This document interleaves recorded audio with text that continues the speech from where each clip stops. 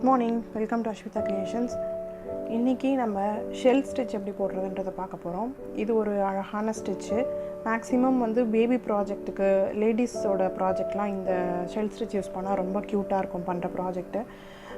இதுக்கு நான் multi colour thread use பண்ணுறேன். இது அக்ரிலிக் ஆனது, 100% அக்ரிலிக் ஆனது. அந்த யானுக்கு தகுந்த மாதிரி 4.5 மில்லி ஹூக் யூஸ் பண்ணுறேன். இது மல்டி கலர் த்ரெட்டில் போட்டாலும் அழகாக இருக்கும், இல்லை ஒரு கலரில் போட்டாலும் ரொம்ப அழகாக இருக்கும். Maximum baby pink, white, sky blue, white அந்த மாதிரி கலர்ஸ்லாம் யூஸ் பண்ணால் ரொம்ப க்யூட்டாக இருக்கும் பார்க்க. இப்போ இது ஃபவுண்டேஷன் செயின் போட்டுக்கலாம். ஷெல் ஸ்டிச்சுக்கு மட்டும் நீங்கள் கரெக்டாக ஞாபகம் வச்சுக்க வேண்டியது, 6 ஸ்டிச்சஸ் வேணும். ஆக்சுவலி ஒரு ஷெல்லில் போடுறதுக்கு நமக்கு 6 ஸ்டிச் வேணும். நம்ம எவ்வளோ பெரிய ப்ராஜெக்ட் போடுறதா இருந்தாலும் நம்ம 6 செயின் கவுண்ட் பண்ணி போட்டுக்கணும்.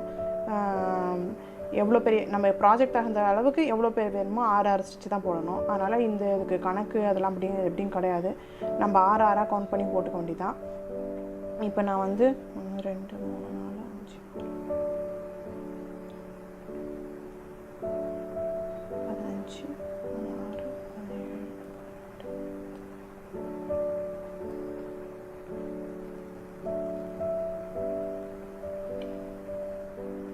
17 நான் 4 செட்டு போடுற அளவுக்கு செயின்ஸ் போட்டுட்டு வந்துட்டு உங்களை மீட் பண்ணுறேன்.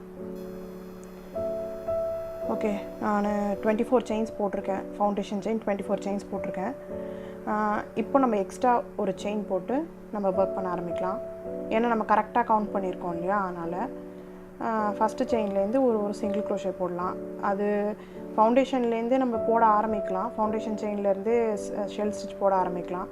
ஆனால் அந்த ஷெல் ஸ்டிச் போட்டிங்கன்னா ஃபவுண்டேஷனில் போடும்போது கொஞ்சம் அப்படியே இழுத்து வரும். ஏன்னா ஒரு செயின்லேயே நம்ம 5 டபுள் க்ரோஷே போடுவோம் இல்லையா, அதனால் கொஞ்சம் கேப் அதிகமாக தெரிகிற மாதிரி ஒரு மாதிரி இருக்கும். அது செக்யூராக இருக்காது.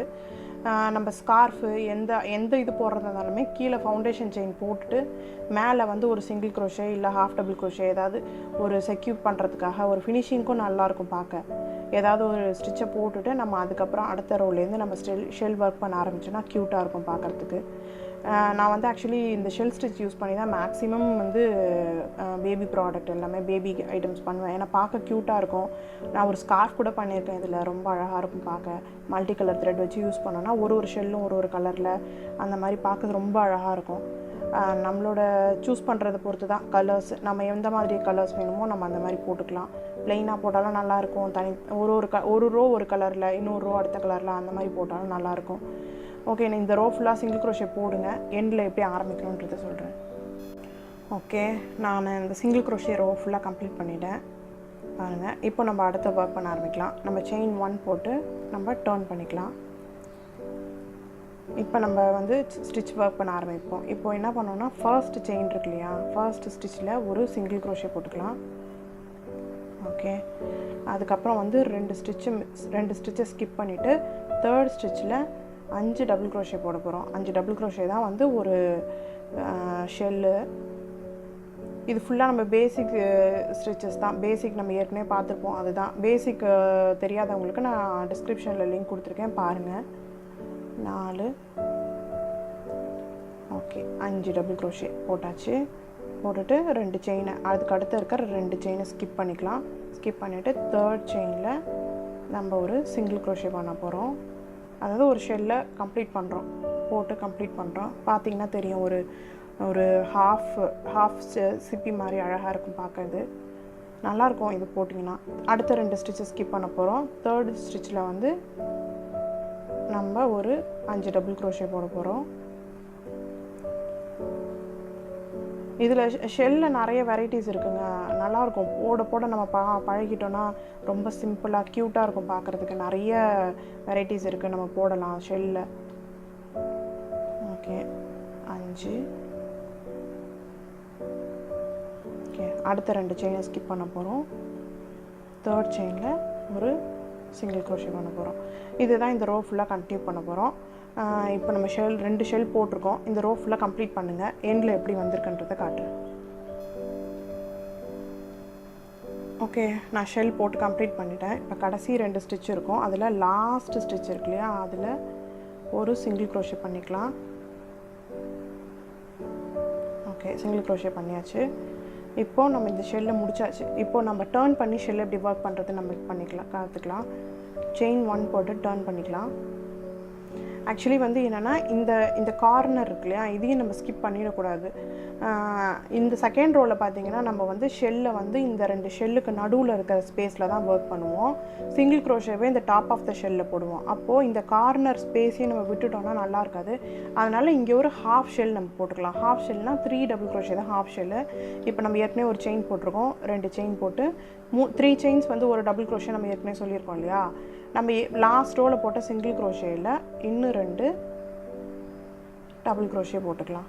ஓகே, 3 டபுள் க்ரோஷே வந்து ஹாஃப் ஷெல்லாக நம்ம கன்சிடர் பண்ணிக்கணும். இப்போது இதில் நம்ம 5 போட்டிருக்கோம் இல்லையா, அதில் மிடில் ஆஃப் த ஸ்டிச்சில் வந்து ஒரு சிங்கிள் க்ரோஷே பண்ணிக்க போகிறோம், அதாவது 3rd டபுள் க்ரோஷேயில். அடுத்தது இந்த சிங்கிள் க்ரோஷே பண்ணோம் இல்லையா, அதில் 5 டபுள் க்ரோஷே ஒர்க் பண்ண போகிறோம், அதான் ஷெல் ஒர்க் பண்ண போகிறோம். இப்படி தாங்க ஃபுல்லாக நம்ம கண்டினியூ பண்ண போகிறோம்.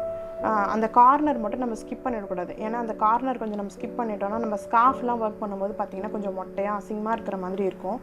அந்த ஸ்பேஸை நம்ம அங்கே விட்டுட்டோம், இல்லை ஒரு சிங்கிள் க்ரோஷே மட்டும் போட்டு ஆரம்பிச்சுன்னா ஒரு மாதிரி ஷேப்பே டிஃப்ரெண்ட்டாக வர மாதிரி இருக்கும். அதனால் அந்த கார்னர் வரும்போது எந்த இடத்துல வந்து வெறும் சிங்கிள் க்ரோஷே வரும், எந்த இடத்துல வந்து ஷெல் போடணுன்றதை நம்ம பார்த்து கரெக்டாக போடணும்.